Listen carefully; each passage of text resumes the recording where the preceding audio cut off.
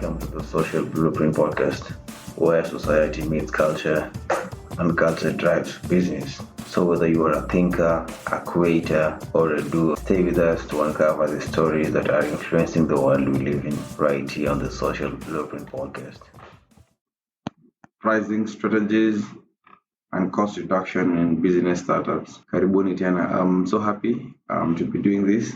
Now we hope we're going to have a good journey. So how do you understand the pricing process? How do you come up with the prices? How do you decide on how to sell your products or services? How? Unakaa chini uko na biz, you decided to venture into a new field, maybe in baby care, maybe in logistics, maybe in video gaming, maybe in a salon. How do you decide on your pricing? Unakaja unaamua mimi nakuwa nafanya 100 logs na 800 ama ndakuwa nauza mahamri yangu 10 bob ama ndakuwa nafanya milkshakes at this price. How do you get there? How do you get to that point? So that's what we want to check. That's what we want to look. How do we get to this point that we sell our phone charger at 700?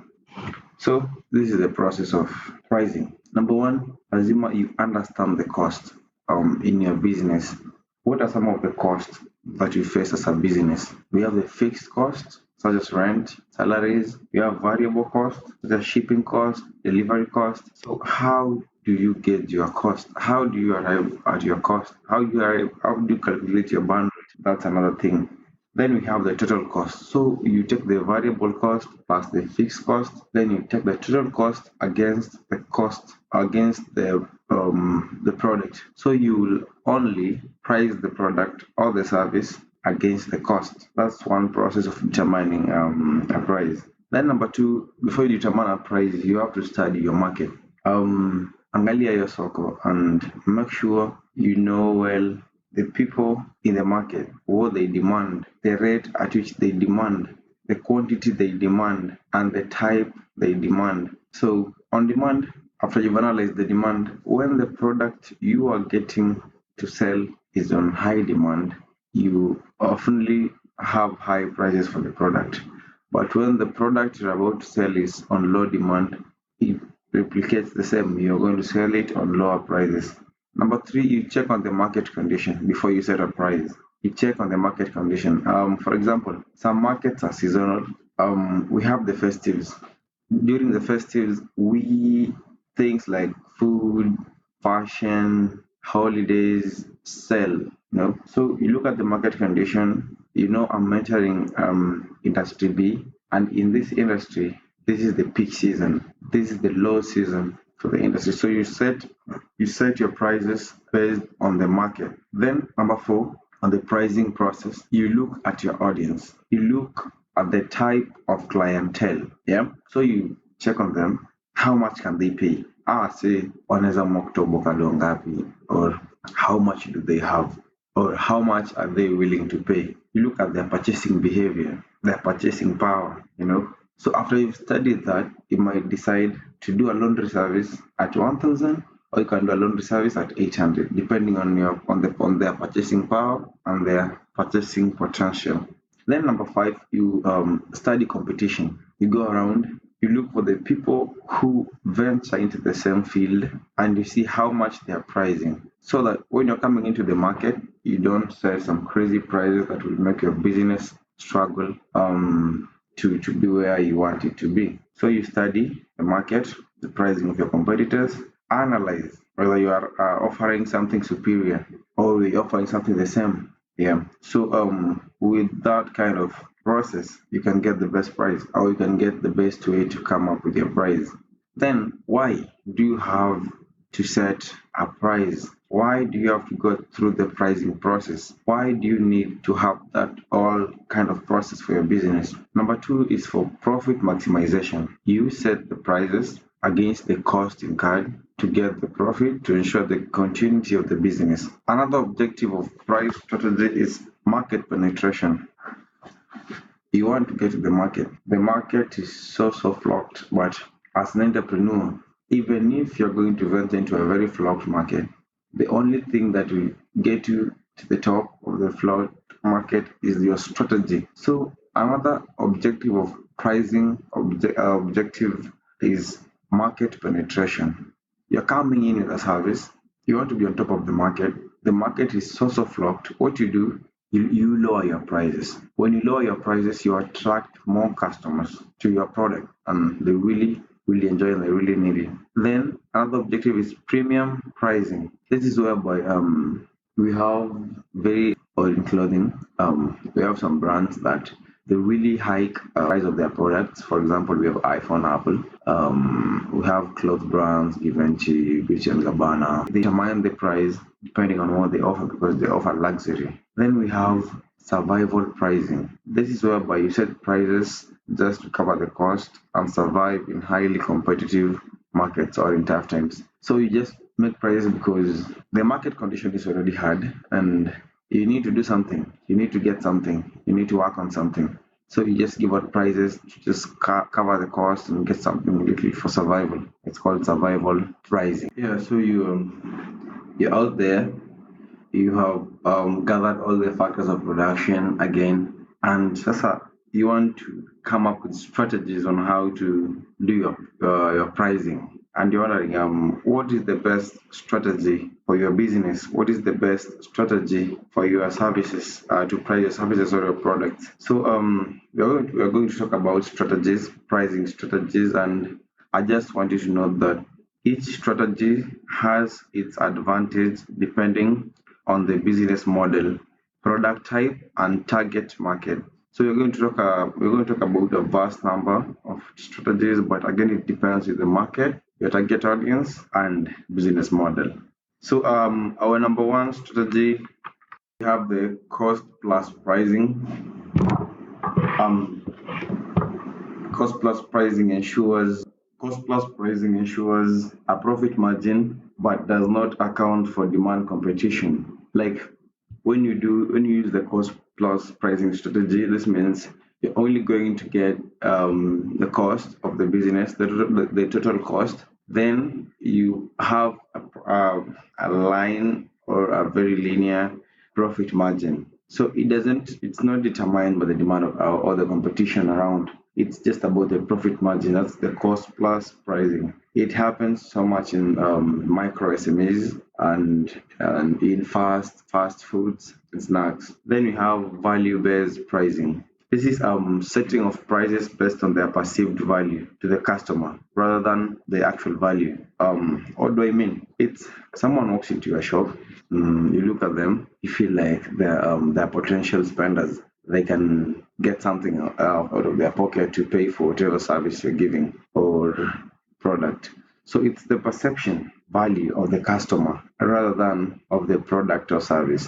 It's called value-based pricing. It also depends on the type of business you start. Then we have competitive pricing, setting prices based on what the competitors are charging. Before you come up with your prices, sorry, you go out there, study the market, look at your competitors and what they're doing. Then from there, you make a decision about your business. So business may choose to lower prices for penetration, yeah, when the market is soft locked. And the businesses also may decide to hike prices when they are giving out premium products or services.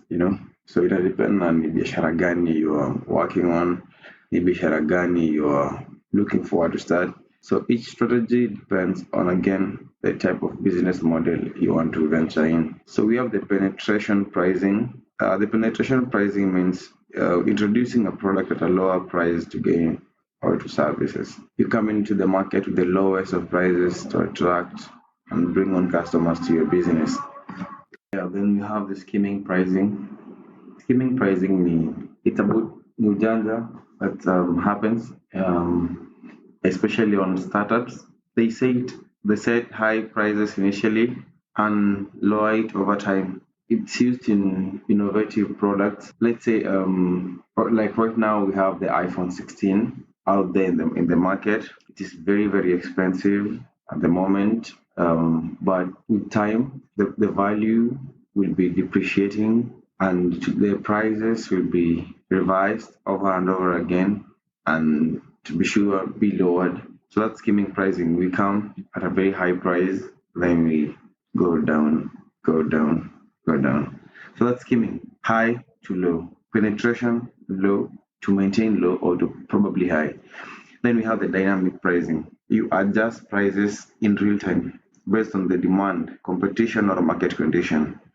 This happens on the hospitality industry where their rates are determined by the business in real time. So if today we have 70% occupancy, we are going to charge this. And if we have 30% occupancy in our rooms, we're going to charge this. So that's how the hotels work. They work with dynamic pricing. Even the travel agencies also work with the dynamic pricing. They give their prices based on real time market condition. And the e-commerce industry too, they work on the real time market condition. Then we have psychological pricing. This pricing a product in a way that makes it seem cheaper than actually it is, like as 99.99 instead of 10.00. So this makes it leverages the human psychology to increase sales. That's called the psychological pricing. It makes one feel it's more cheaper. In real sense, it isn't. It's just like 0.1 cent cheaper, but at the end of the day, it leverages human psychology to feel like it's more easier to get. Then we have the freemium pricing strategy. This is offering a basic product or service for free while charging premium factor. This is a common pricing strategy for digital services like apps and other websites. So this is how it works. You get into a platform and they give you free service. They give you a time duration, a time frame like 2 to 3 weeks maximum to enjoy their services for free. At which they'll start charging you after some point, and basically they do this after checking your payment details. They ask you to create an account with them and share your payment details. So after such a time, a month or two, they'll start billing you for the same service. So that's called freemium. It's basically all the digital services, digital websites and apps. Then we have the bundle pricing. We offering multiple products or services together at a discounted price. Yeah. If I'm selling phone accessories, I check a phone cover, a phone charger, and an earphone, and I give them one common price, discount everything, and get my products out there. Or if you're doing service salon, you can do nail, hair, and pedicure. I don't know, manicure maybe at a discounted price. Then we have geographical pricing strategy. This is adjusting prices based on the location of the buyer, considering factors like taxes, shipping costs, and demand, regional demand. So you give out prices depending on where people come from. It's so common and it works everywhere. So on pricing strategy and process, that's all we have to cover for today. And remember, each strategy has an advantage depending on the business model, product type, and the target market. Please check in all of that. Lastly, on this episode, we're going to look on cost reduction in business. This is a very important segment too because as a business, the main aim is to reduce the cost of operation and increase or maximize the profit. So in this segment, we're going to look on how a business can work on its cost reduction. How can a business manage to reduce the cost to maximize the profit? Yeah, so cost reduction involves strategies aimed at decreasing expenses to improve profitability. When it comes to cost, we have fixed costs such as rent, licenses, salaries. We have variable costs such as delivery fees, maintenance fees, marketing fees, and we have sunk costs.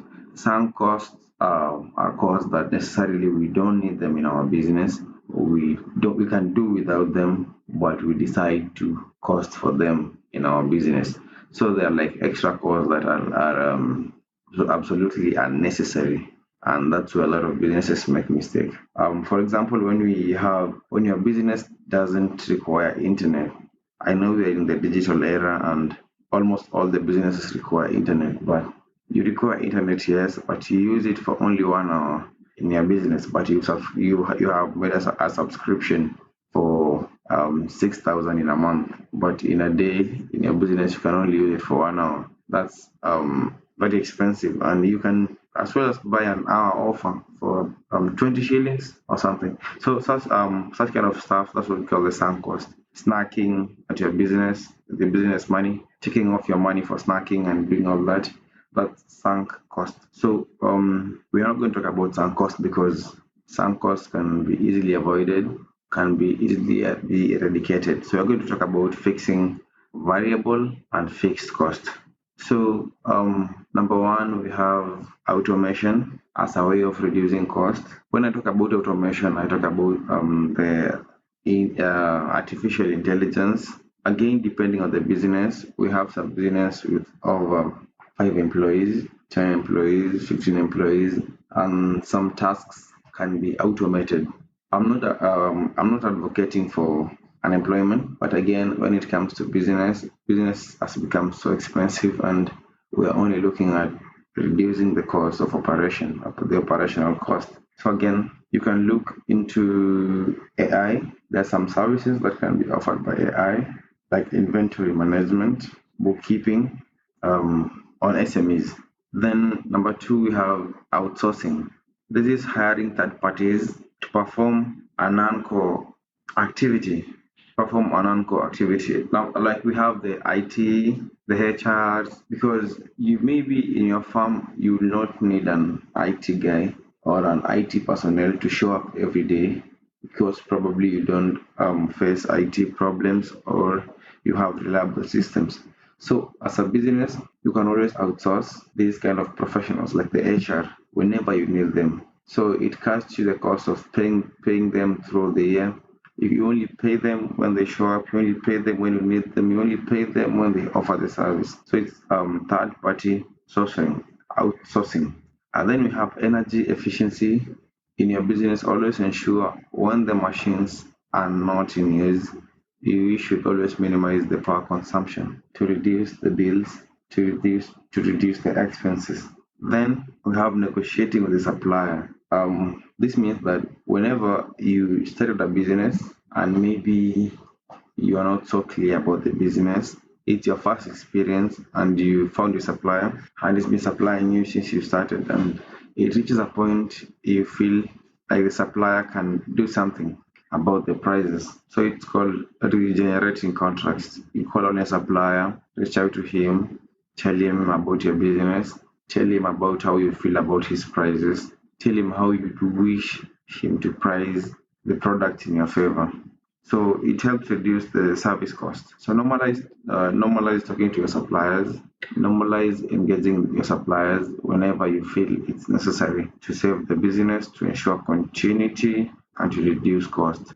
Then we have lean management. Lean management is basically reducing the waste in production. So all the time, train your staffs, put in strategies to ensure little or no wastage of materials and all other production essentials. Then we have remote work. We can always, as SMEs, we can always encourage people to work from home, not because when everybody shows up at the office, the cost goes up because you have to get the breakfast, we have to access the internet, we have to cater for all that. So we should always encourage working from home. Then we have bulk purchasing, which is another very important aspect of cost reduction. You can lower units. It lowers the units of cost units when you purchase in bulk rather than purchasing in very lower units. So it's more profitable. And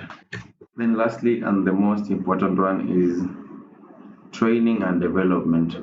Always regularly talk to your staff, train your staff, coach them, tell them how to help reduce the cost, give them the knowledge, give them the materials to get and understand how the cost reduction can be achieved. So this is the most important of all, if at all you have people help you run your business. Then lastly, pilferage. The pilferage has been so common to many businesses and it's very, very costly. This is where the employees decide to steal from the business, knowingly or unknowingly, of course, knowingly, and they do it for survival or as a norm or as a behavior that they're used to. So, as a business owner, always try to put in measures to guard your investment, to get the maximum, to maximize your profits. Always engage your employees, always employ the right people, always source people based on integrity and merit, because pilferage has led to the downfall of so many businesses. Yeah, as we conclude on that, I want to wish every entrepreneur out there success in your businesses, and we're going to do 4 more episodes in the coming weeks about different topics. So stay with us and get all this. Don't miss it out. So I'm going to just down. We are going to have a comment section where you can ask for the pricing formulas. I have very good pricing formulas. You can ask for them and I can send them directly to your email. So just DM, say hi, and ask for the pricing formula. Thank you for joining me today. Thank you for being here. And always, every week, every Friday, we'll be dropping an episode. Cheers, thank you, and have a good time in your business success.